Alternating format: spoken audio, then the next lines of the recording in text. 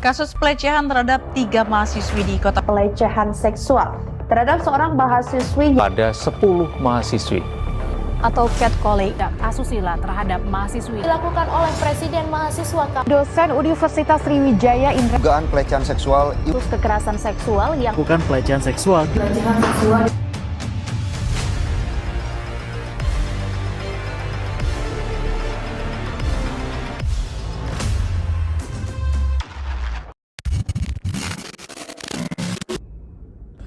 Pelecehan seksual merupakan suatu tindak kejahatan yang bisa merugikan orang lain atau bahkan menimbulkan trauma pada korban. Kasus pelecehan seksual kini kian marak terjadi, namun masih banyak orang yang tidak mengenali cirinya. Pelecehan seksual merupakan tindakan tidak senonoh yang melibatkan fisik maupun non-fisik dengan sasaran organ seksual maupun seksualitas korban. Tak pandang usia, tak pandang jenis kelamin, baik dewasa, anak-anak, remaja, laki-laki, bahkan perempuan dapat menjadi korban maupun pelaku. Kasus pelecehan seksual bisa terjadi di mana saja, kapan saja, dan bisa dialami oleh siapa saja. Korban merasa kaku dan sulit untuk bergerak, bahkan diam setelah mengalami pelecehan seksual. Dan hal tersebut dinamakan tonik immobility.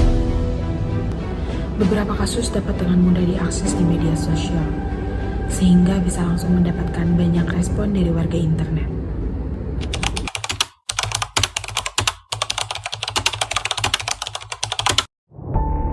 Kekuasaan dan kontrol. Yang kedua, norma sosial dan budaya. Yang ketiga, kurangnya empati. Yang keempat, kebutuhan atau dorongan seksual yang tidak terkendali. Yang kelima, pengalaman masa lalu. 6. Sosialisasi yang buruk. 7. Perasaan tidak aman atau terancam.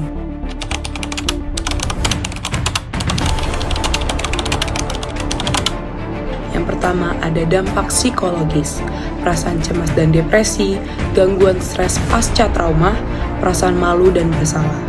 Yang kedua ada dampak dari fisik, bisa jadi cedera fisik, masalah kesehatan reproduksi, dan gangguan tidur.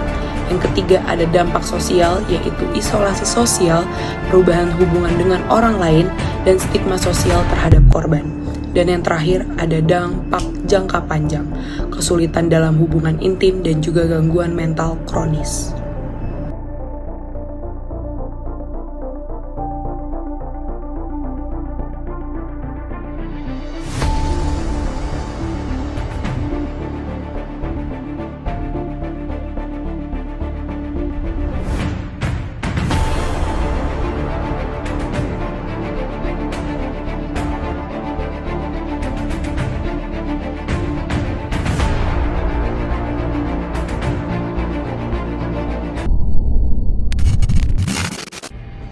Pelecehan seksual ada banyak jenisnya dan dapat terjadi di mana saja dan kapan saja, seperti di tempat kerja, di angkutan umum, di kampus, di acara sosial, serta di dalam hubungan. Macam-macam jenis pelecehan seksual mencakup seperti catcalling, chatcalling, seksual harassment, sentuhan dari dosen ke mahasiswinya saat mengajar, siulan dari mahasiswa ke mahasiswi saat berjalan, lalu memegang tangan yang terlalu lama. Undang-undang yang mengatur tentang pelecehan seksual di Indonesia adalah Undang-Undang Nomor 12 Tahun 2022. UU TPKS ini memperkuat ketentuan dalam Kitab Undang-Undang Hukum Pidana dan memberikan perlindungan lebih lanjut bagi korban pelecehan seksual. Beberapa pasal dalam KUHP ini yang mengatur tentang pelecehan seksual yaitu pasal yang pertama terdapat di pasal 281 yang mengatur tentang tindakan tidak senonoh di tempat umum dengan ancaman pidana penjara maksimal 2 tahun 8 bulan.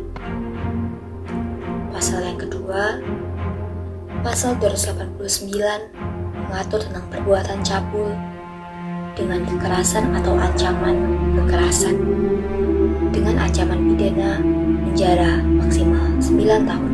Pasal yang ketiga terdapat di pasal 290 yang mengatur tentang perbuatan cabul terhadap seorang yang tidak berdaya atau tidak sadarkan diri dengan ancaman pidana maksimal 7 tahun.